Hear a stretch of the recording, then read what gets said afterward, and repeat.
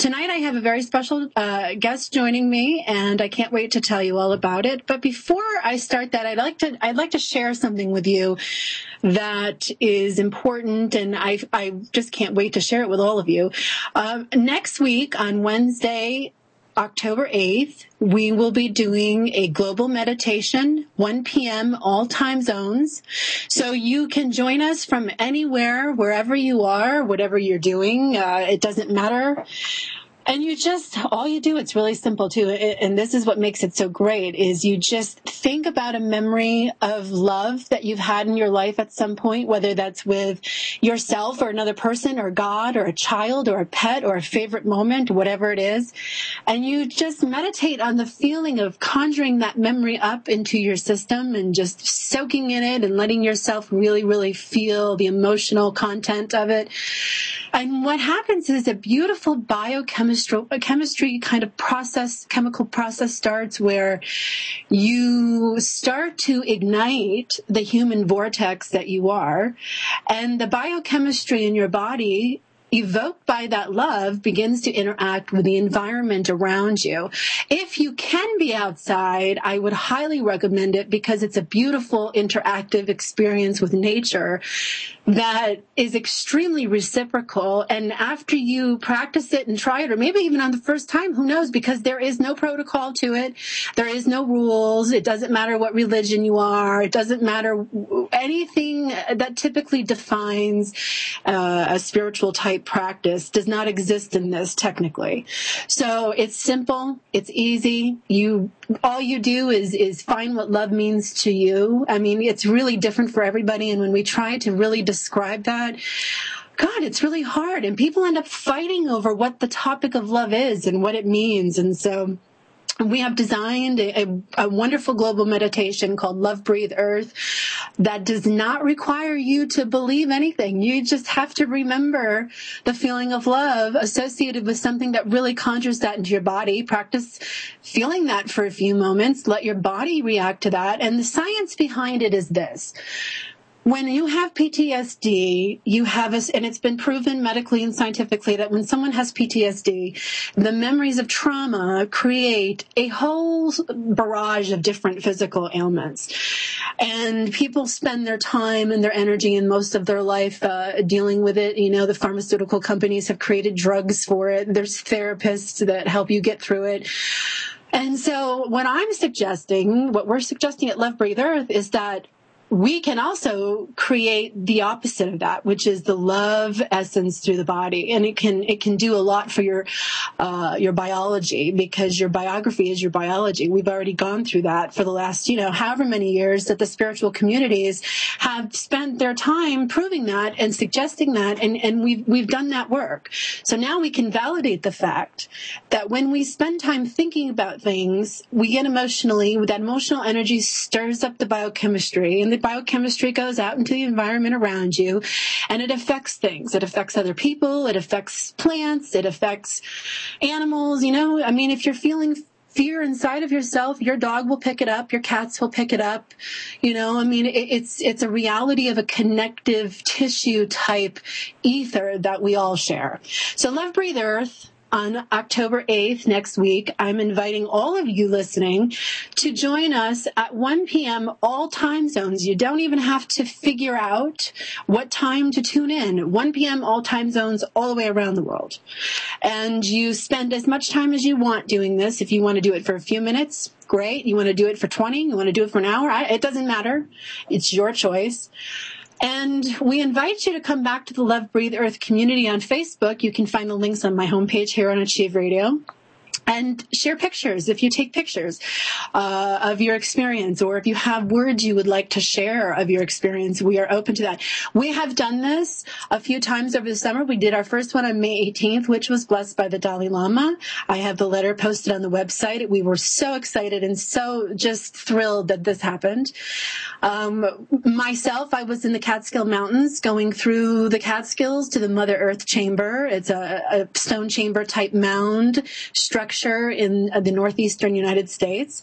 The second one we did on June 8th, and I was in Cairo. I was inside the Great Pyramid on Giza, and that was a fantastic story.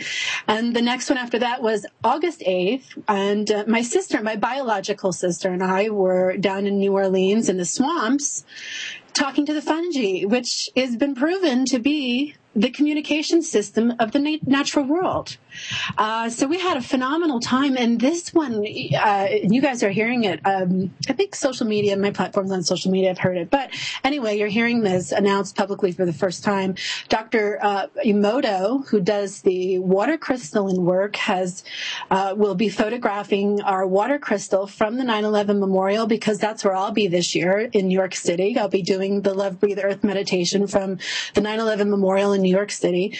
And I'm bringing a water sample that will be held and contained in the whole energy of all of us joining in, and he's agreed to photograph that. So we're really excited to see what that looks like, to see what our crystalline structure of love is as we join hands on October 8th at 1 p.m. all time zones and create a living grid of love around this earth. Because God knows, if you watch the news, we need it. And we're going to be talking about an important topic tonight for a very specific reason. Originally, my guest was scheduled for another date, and I switched the shows because I wanted to discuss this topic before I went to the 9/11 memorial, because it's part of a personal journey of mine to deal with some resolve and things that have been happening in my life personally, especially lately. So I want to introduce my guest. I want to let you know, Isaac George is here. He is joining me from Ireland, which is just amazing that he's able to do that. Thank God for technology. He does a lot of really great things. And instead of me introducing you to him, I want him to take some time and tell you guys who he is and what he does. And he's a really interesting person. I just have gotten to know him, and we had a wonderful conversation a few days ago about the topics of our show tonight and what we're going to be dealing with. And we decided to take it on in a really creative way. And I hope you guys enjoy yourself. We're talking about the dark side of the healing, the self-help industry. And it is an industry, multi-billion-dollar industry. We're going to be talking tonight about the history of charlatans and spiritualism, and mediumship, psychic parasites, influences, how we protect our psyche and our wallet, and we create discrimination and discernment, because when people come to a healer, or they come to somebody who has agreed to take them on as a healer, I'm going to be your healer. There is a certain kind of code that immediately begins to exist between healer and client. And the healer is responsible for that space because the person coming to the healer is kind of on the edge of whatever it is they're going through.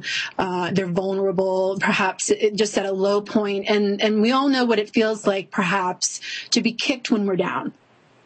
And to be kicked when we're down is an awful, disgusting human trait. Anybody who preys on anyone to kick them when they're down should be kind of exiled off to the moon or something, as far as I'm concerned, until they learn differently, because it infects the human population. The consciousness that we have as human beings, it's a disease.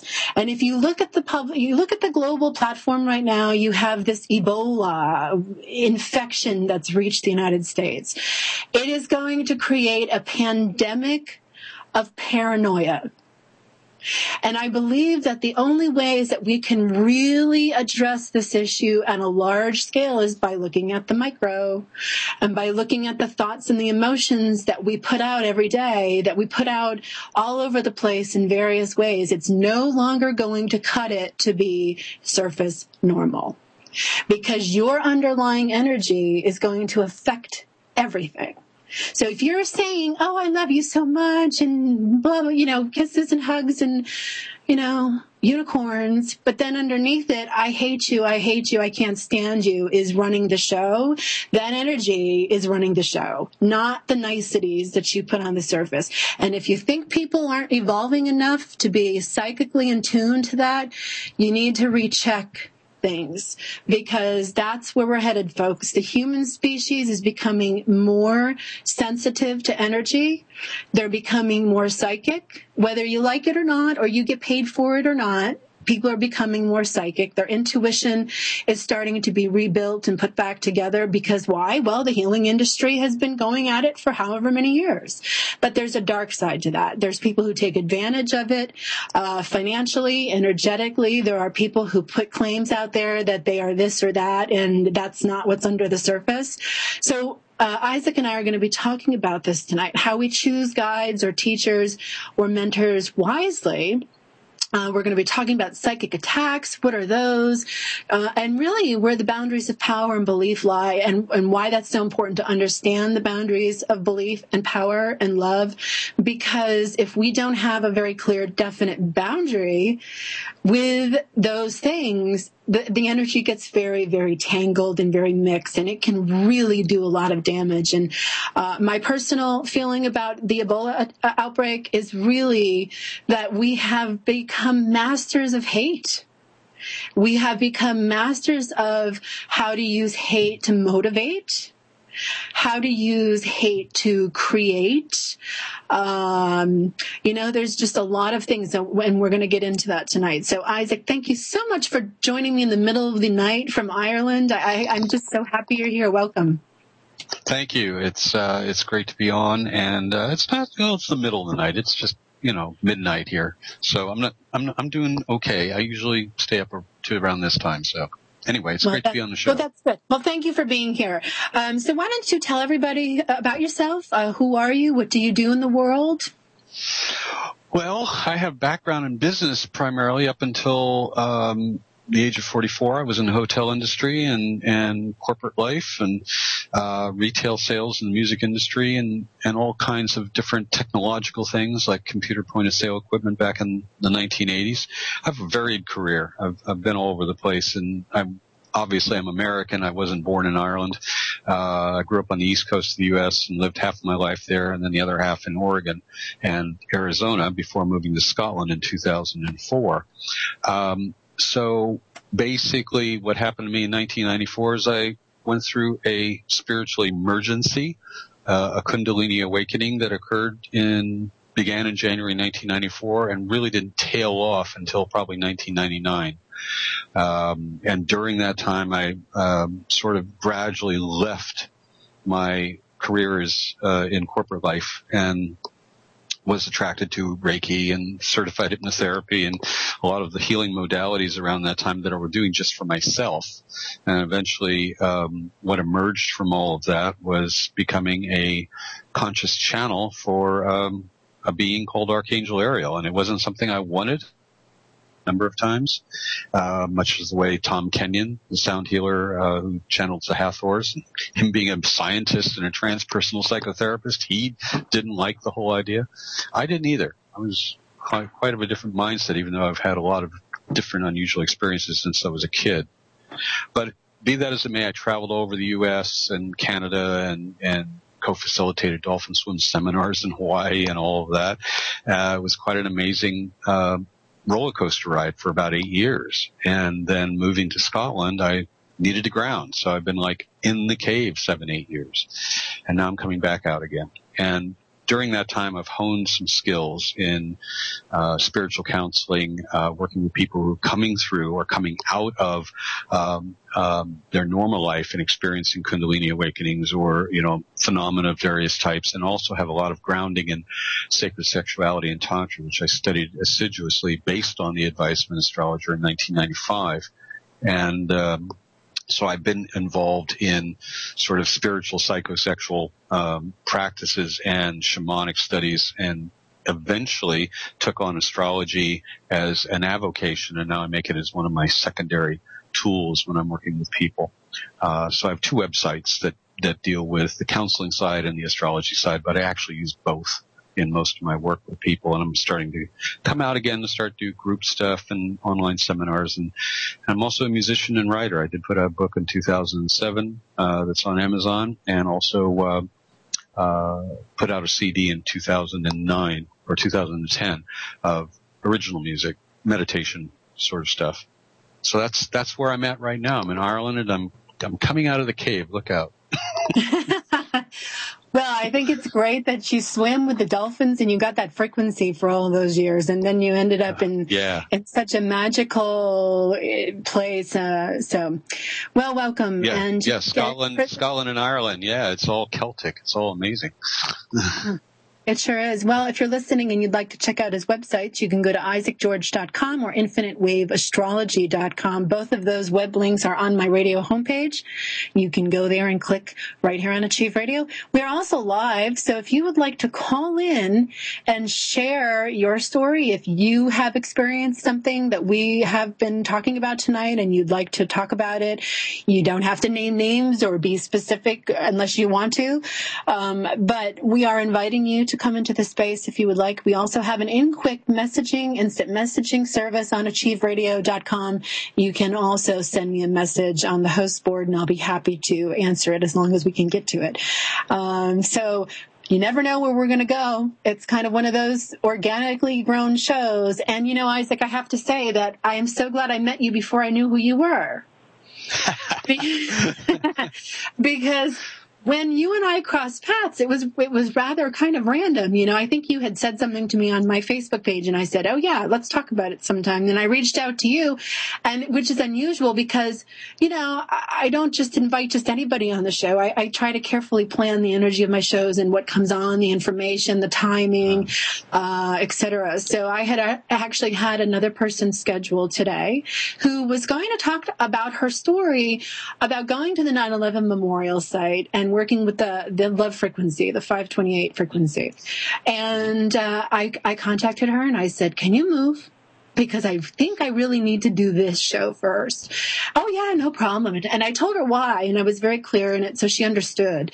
And that seems to be part of the problem, I think, and maybe we can touch on this later, is you need to be clear, and things need to be understood. And if you have an agreement, you need to honor it, and you need to follow through, and you need to close it down, and you need to conduct it accordingly.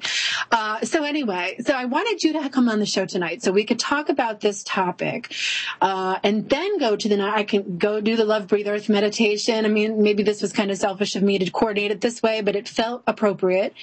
And then do the show with her about the love and planting the love, so that, everybody who tunes in every week kind of goes through that and doesn't get, because I hate doing shows where you feel like you've been slimed after. I hate listening to shows. If I listen to other people's shows and I feel like I've been slimed and I'm in that green goop, like on that Nickelodeon show. I don't know, maybe I'm showing my age with that. But anyway, it's one of those things that I don't like to do to people. I don't like to do it in my personal life. I don't like to do it on my professional life. So you coming on and doing this kind of revealing show about where we talk about where this stuff comes from and why do people experience this, and how do we move through it when we're a victim of it. And when I say victim, I use that word very lightly because, and what's our recourse? I mean, what do we do? Go hide under a rock and hope nobody ever finds out, or do we walk over and directly confront the teacher and say, why are you doing this to me? I mean, so we're going to learn techniques, guys. All of you listening, we're going to learn techniques tonight. We're going to talk about the topics. There is nothing we will not discuss. Everything is on the table for discussion. So that's why I invite you to come in and join the conversation. I have had my own experiences with this throughout my life in different areas of my life, most recently being one of them. And one of the things I noticed when I started to kind of feel these feelings was, oh my God, who do I talk to about this?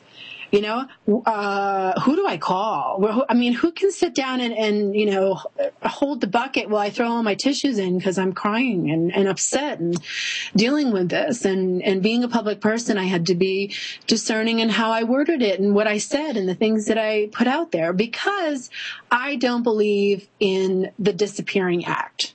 And I think a lot of these spiritual predators, people who come into this realm where they are all about themselves and they just don't, really care about other people, really, when it comes down to it. Because if they cared about other people, they wouldn't have done what they did to them. they would have realized something along the way. And, what do you do from that point? So people started to contact me, mostly off public view, and say, oh my gosh, I can't believe you're talking about this. Thank you so much for sharing your story. I had this happen to me, in whatever way they wanted to share it. And what I realized was there was quickly a need, if you will, for the ability for people to understand how to navigate through this. So you're going to help us do that. You're going to help everybody listening who's curious about that do that. And of course, I have my own thoughts on it as well. So I'm excited to exchange. Thank you. You're welcome. You're welcome. So where do you want to start? You want to do history first, maybe? I think people need to have a bit of background. It's long story short, the last year and a half has been a sort of belief system deconstruct party for me, because a lot of my spiritual experiences or peak experiences that I've had throughout my life have been, how should we say, I've projected my conditioning or my inculcated beliefs I got from society or religion or whatever onto whatever it was I was experiencing, and not realizing that there was something deeper underneath that.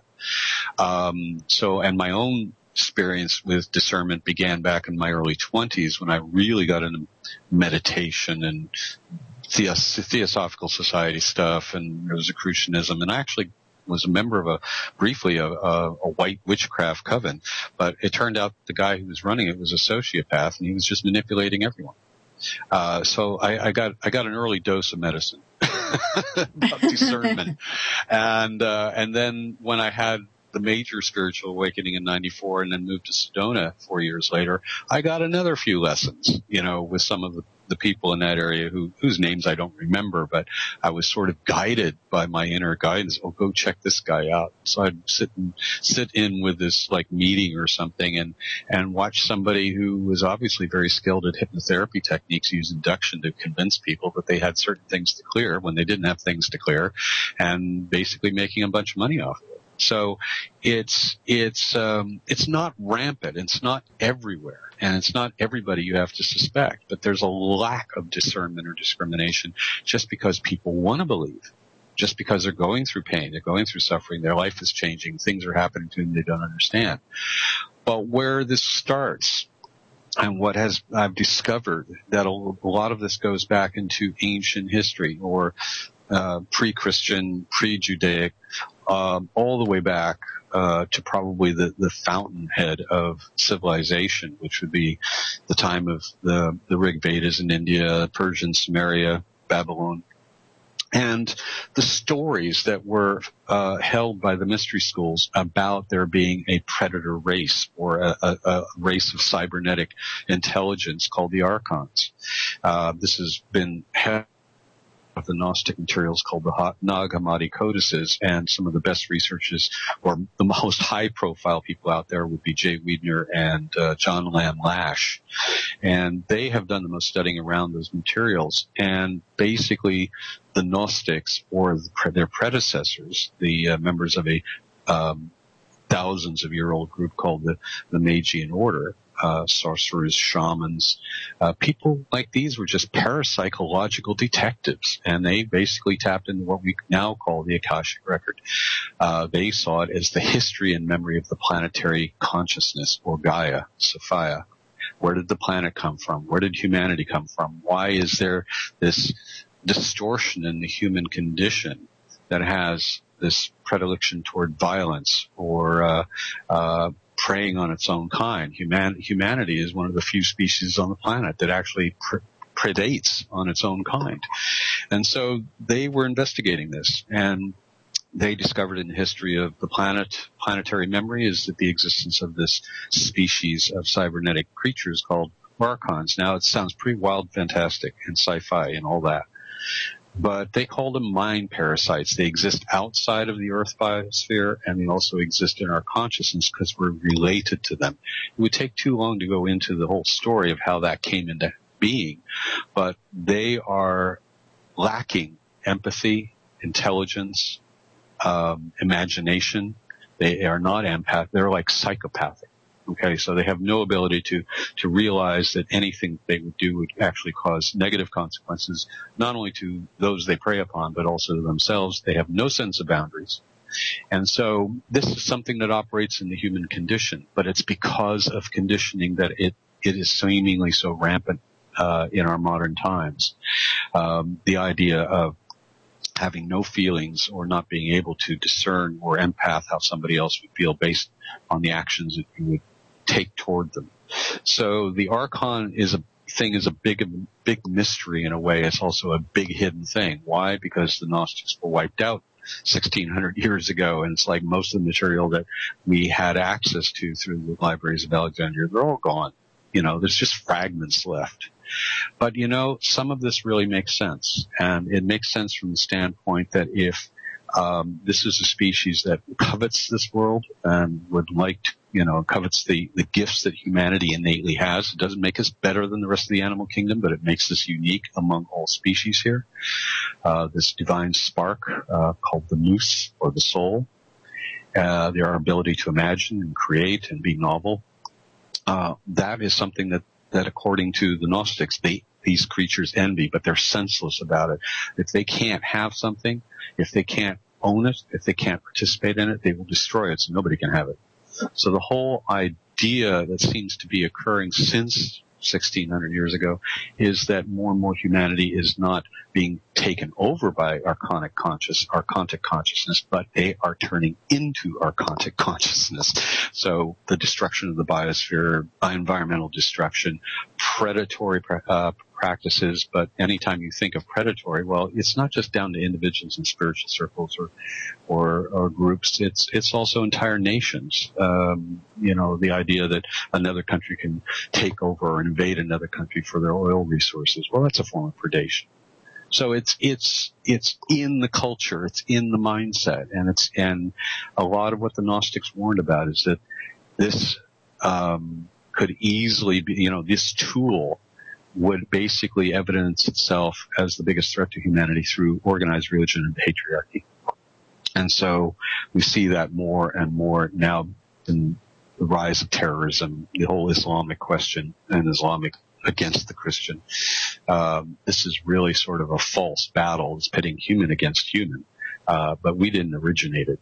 And the Gnostics never blamed the archontic consciousness for humanity's problems. We have our own problems, but we learn through our mistakes. They say they exaggerate the problems. They make it so big that you can't solve it. So in modern times, in the experiences I've been through, and you've been through, and other people have been through, people go into these situations trusting. There's trust. There's an invested belief that this person is who they say they are. They're going to do for me what they say they're going to do, and I can rely on that. And times out of 10, 9 times out of 10, that's the case. But there's that 1% or 10%. And in actuality, it's in terms of psychiatric studies, maybe 6% of the human race tend to be psychopathic. There's sort of a chemical thing or a DNA thing that's missing in them that they just can't empath. And they don't see that they're harming themselves or anybody else. So what do you do with those people? How do you confront psychopathic behavior? Well, you do. That's just it. That's what the Gnostics knew had to be done, and they tried to do it in the 3rd and 4th century, and they were wiped out for it. So you confront, just like you said, you walk up to the teacher. Why are you doing this? You don't let it slide. That's probably the biggest thing and the toughest thing that people in spiritual paths have to contend with is the emotions of anger or the emotions of betrayal or the emotions of, loving behavior that actually turns out to not be loving. They don't know how to deal with that. There's no way to process it. They end up either giving up, like when some spiritual teacher is exposed for sexually molesting their followers, and they give up in disappointment, disbelief, and despair because they think that, there's just nothing real out there they can rely on. Their faith has been shattered.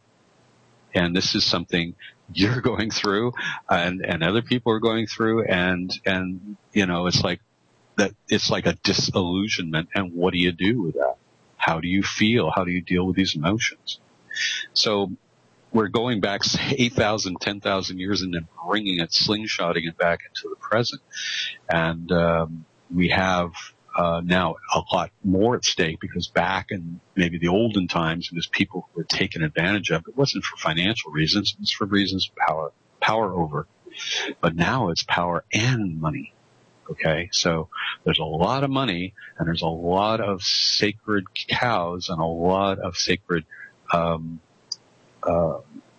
edifices that people have built up in the spiritual and self-help industry, that they would be at risk. They would be really, stand to lose a lot if somehow or another their little schemes, or, if they were not in integrity, then they had some schemes exposed that they could lose everything.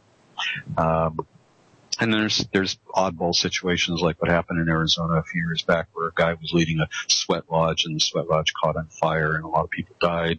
He was prosecuted for it, but he was sure acting sort of like a spiritual staff sergeant or a drill sergeant, making sure that nobody was going to leave this thing. And people were dying of suffocation, and then there was a fire, I think. I don't remember the details about it. But this kind of behavior is not to be just sloughed off as being a flash in the pan. Is people need to confront, or need to have the tools and discernment to be able to discern whether something's on or not, and then also be able to expose it. So well, I think I know what you're referring to, and I think when you charge $10,000 to go do some kind of workshop weekend, you need to really reevaluate what's happening. I'm not. Yeah. I understand the exchange of money for things. I really do.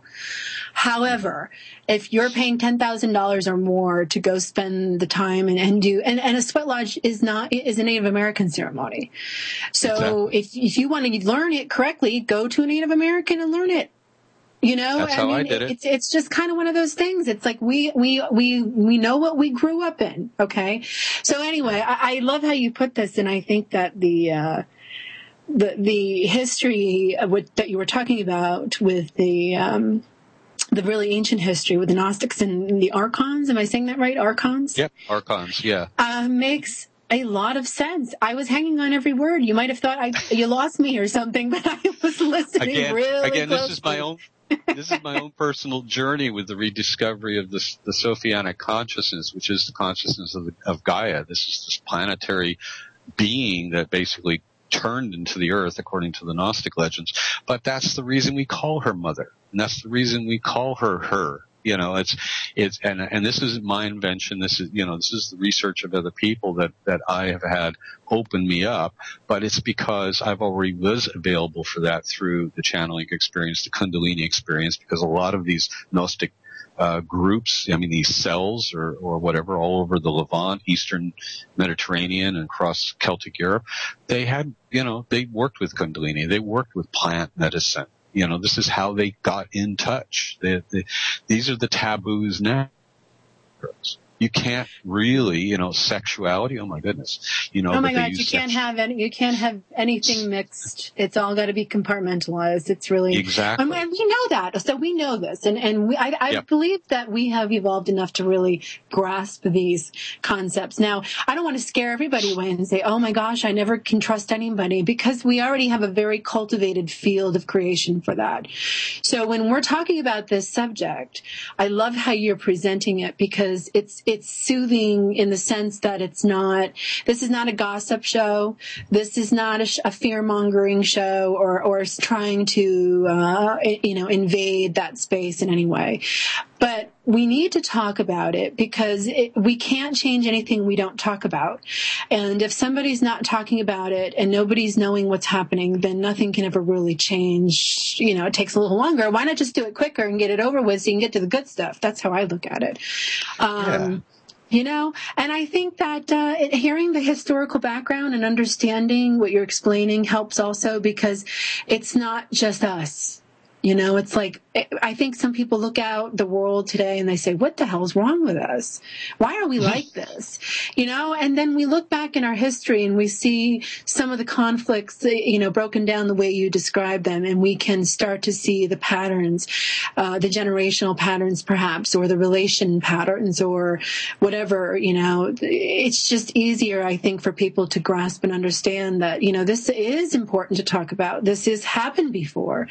What I'm feeling is not unusual. And yes, let's talk about it. Okay. Well, one of the things that's really difficult to talk about, especially in modern spiritual circles and New Age, is the problem of evil.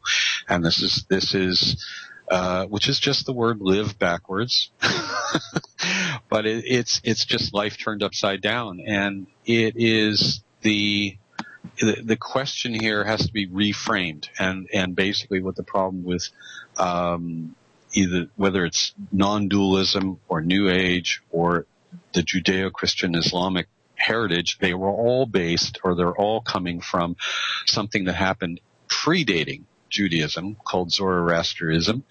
I'm not going to know if I'm pronounced that right. Zoroaster was a Persian mystic. They came up with this idea of split source duality.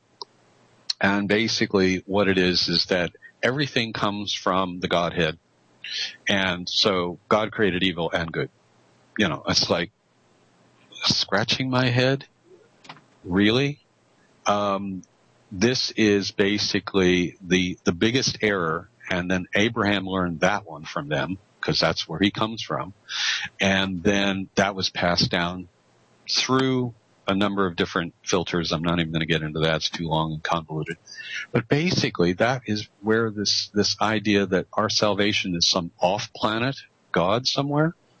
And as long as that implant is in our consciousness, we are going to continue killing each other.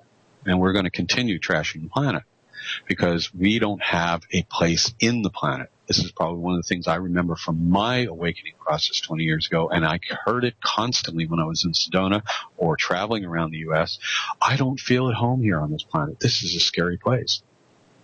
So it drives people into the arms of people who are ready to take advantage of that. You see? When you are that vulnerable and that scared and all of a sudden you don't know what the heck to do, you're going to turn to the person and says, oh yes, you've been wandering and lost all your life here and you don't feel at home. Well, come on over here. We'll take care of you. And that is very attractive. That is a very attractive, and people are in that vulnerable place, and I've seen it. I've seen them come to me as a channel. And, you feel the leaning, you feel the codependence, you feel the, oh, save me, the salvation mentality. And it's not good. It's not healthy. And I didn't like it. I go the other way. I didn't turn away from people, but I try to get them to realize they have that same divine spark inside of themselves. They have the ability to trust that and trust the fact that they're human and it's okay to be human and recognize there's divinity in that because the divinity's in the earth too. It's in nature. And they don't have to go out to the galaxy because the galaxy is, the birthplace of all this. There's nothing, this separation consciousness is just driving us nuts. And part of it that's driving us nuts is our preoccupation with self. Or single self-identity. And so it drives people into these vulnerable states, and then they become victimized, or it looks like they become victimized.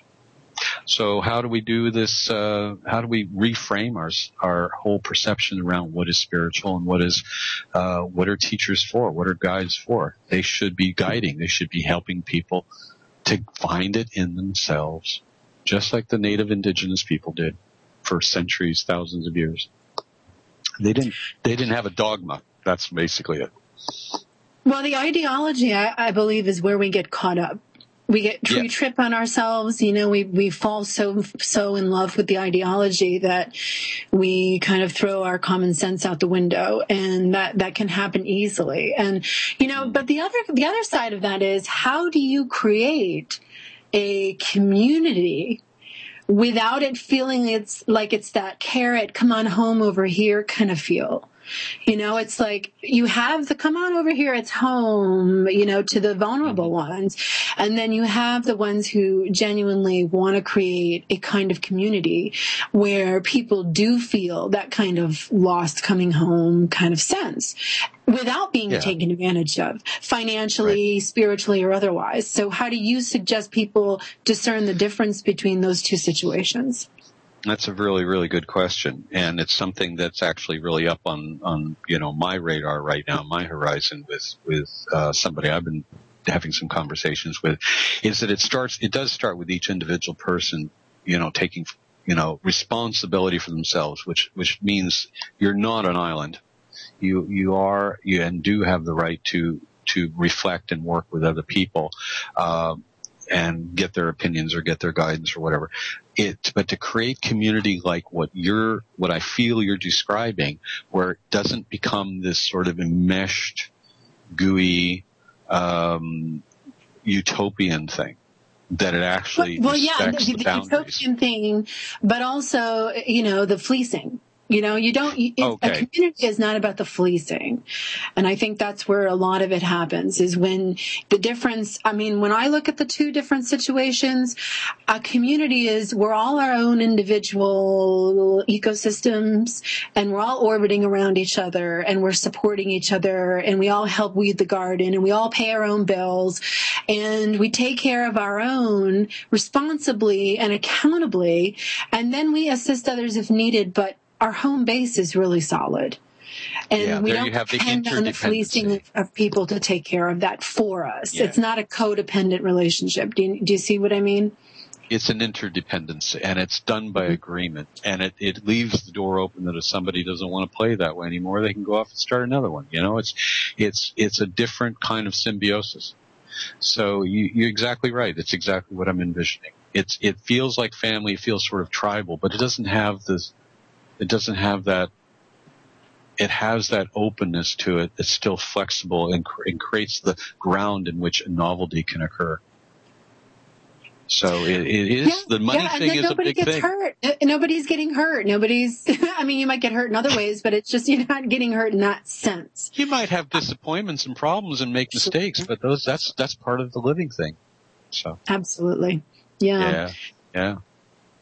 But I think, that it is a sticky question. You know, what can you rely on? I think people need to do start with this just in yourself, that everything that you have or everything that you want and everything you need is already inside. You just want to see it reflected outside in a way that works for you.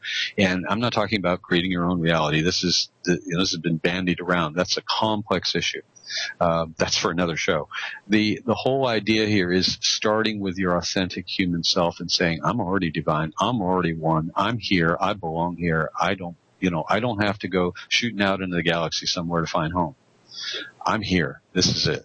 Okay. And once you kind of get comfortable in your own boots with that, then things start falling into a different perspective. Automatically, you find less tendency to want to put your power and your authority into somebody else. There's just less of a tendency. Amen. I saw that all happen like it was click, click, click as you were describing it. So for those people listening and trying to understand this topic from a very neutral stance, and for those who may be listening for other purposes, but I just could not believe, the lid that was taken off. And I was really, really humbled by the reflections I was watching as I was researching our show and with my own life and people who were coming and talking to me. And it just feels like, God, we really need to heal this. And if we all start to do this on a microscopic fractal type individual level, with our own families, with our own partners, with our own friends, with those people in our lives that we really just have wronged, or we have some kind of absolute done kind of feeling or hatred or whatever. If we can love someone through their hate, then we have one. And if someone can love me through my hate, we have one.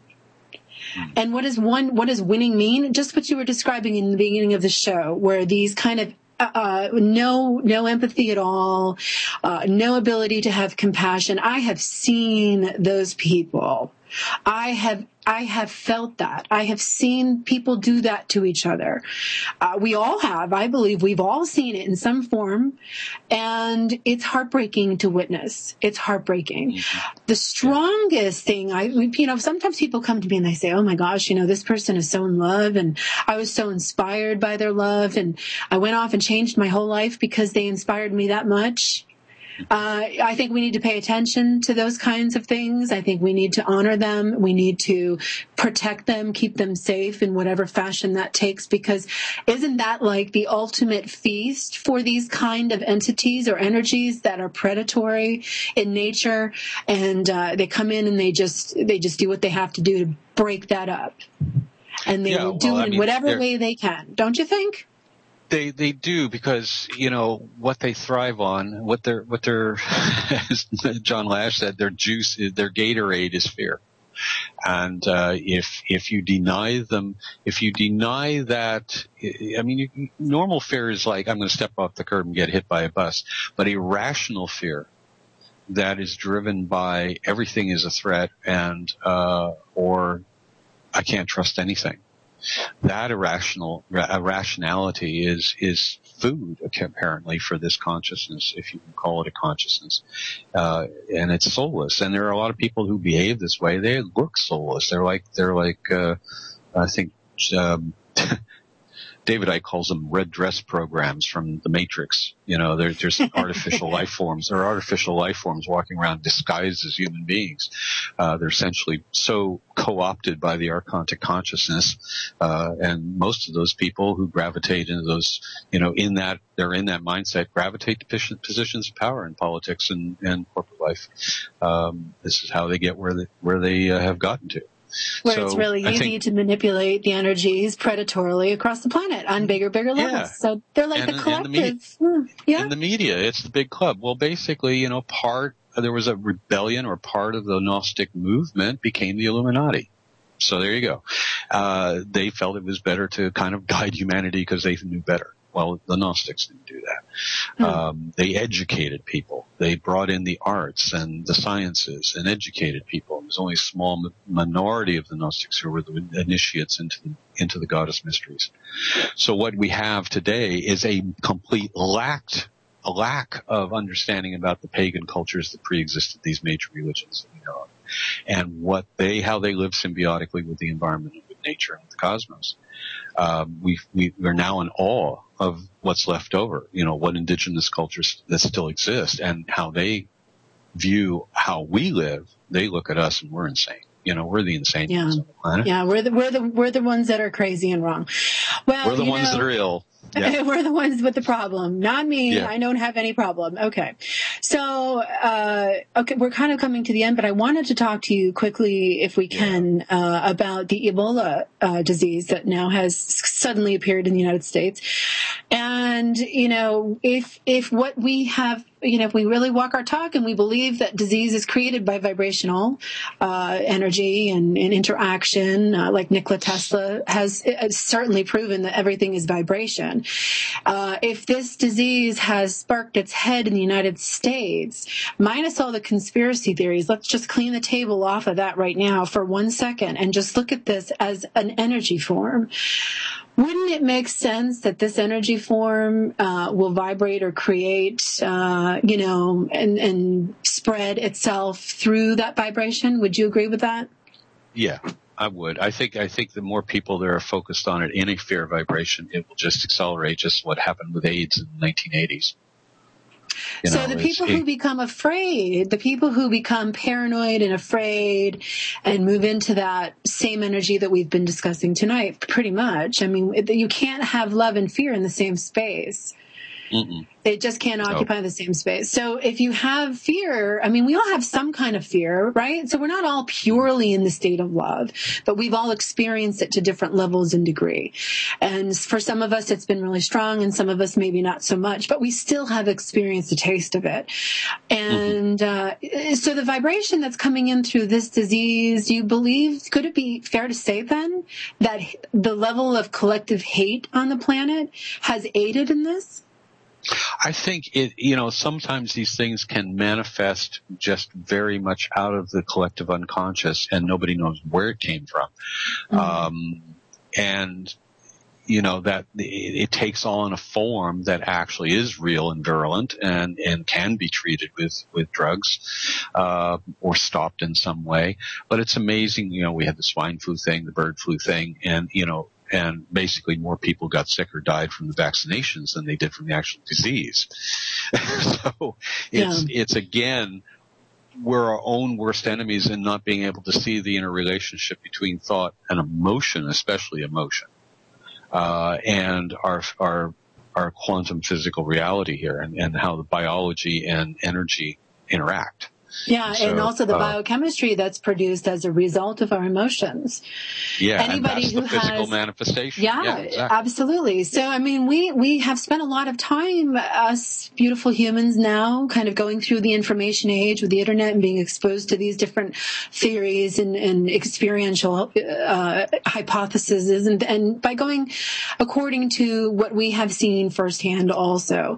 So, I mean, I'm not going to, and I don't believe in spiritual guilt, and I think that has to be clarified right away, because I'm not saying that the people that catch Ebola are in a hateful vibration. I'm saying that we as human beings are exposed to all vibration, so we really have the possibility for anything to manifest. It just happens. So it is maybe it's part of our destiny. Maybe it's part of what we need to experience. I mean, who are we to really say anything about anybody who catches a disease or goes through a situation or has an experience like what we've been talking about? The whole point isn't judgment. The whole point isn't to point people out and make them feel bad, because guess what? That's just another fractal of that energy that we've been talking about that causes people to stay in a state of separation. Exactly. And as long as we're in a state of separation, we don't connect fully to the heart. You can't ground into the heart or your soul when you are walking around going, oh, well, that's your karma that caused that. I mean, really, that's disgusting. That's disgusting. It's disgusting for someone to say that. And I think we touched on the words black magic in the show description. And I have to say, in my opinion, that is part of black magic. Oh, well, you know what she did to me, or when, that'll come back to her. Her karma will catch up to her. That's disgusting. I think that's part of what makes human beings appalling, personally. And I hope we heal that. Oh, go ahead. No, go ahead. I was just going to add to the definition of black magic. It's like practical magic, is black magic. In other words, being able to push things around in 3D to manipulate them the way you want them to be isn't that far off from the create your own reality crowd. So it's amazing also to understand the nature of quantum physics, to the extent of, in fact, I highly recommend the movie Deja Vu with Denzel Washington for an explanation of how the quantum works in the middle of that film. Because everybody says, well, I'm going to create my own reality and the rest of you screw off. And it doesn't work that way, because, I mean, for us to actually make a quantum shift in the collective consciousness, it's sort of like, imagine 30 people lined up across the bank. We're all throwing rocks into it at the same time. Is that going to change the course of the Mississippi? No. So we're talking about a matter of scale here. And so it has to start with each and individual person, not with the idea of creating their own reality, but finding your role within this reality. Great words to end our show tonight. We're actually out of time. Isaac George has been my guest. We have plenty to talk about. I think we will. If you'd like to check out his websites, you can go to my homepage on Achieve Radio and find them, or you can go to isaacgeorge.com or infinitewaveastrology.com. He's available for astrology work if you'd like to work with him, and a bunch of other great things. And I'd also like to say and remind you that we are doing the Love Breathe Earth meditation next Wednesday on October 8th, 1 p.m. all time zones, for just the reasons we talked about tonight. Yay. And the reason I'm going to the 9/11 memorial is because it's just one of those anchors on this planet where everyone has some kind of trauma associated to it on an energetic level at the very most as well. So it's about being there to have that energy that we all create together from our own feeling of love in our own way, and joining up together around the world to really prove that we still have compassion and that we still care about the earth and that we realize she's worth that time and attention. Thank you, everybody, for joining me. Next week, I will be having a guest come on and talk about her work with the 9/11 site also and the 528 love vibration. And we're going to swap stories, and I'm going to talk about my experience. Till then, namaste.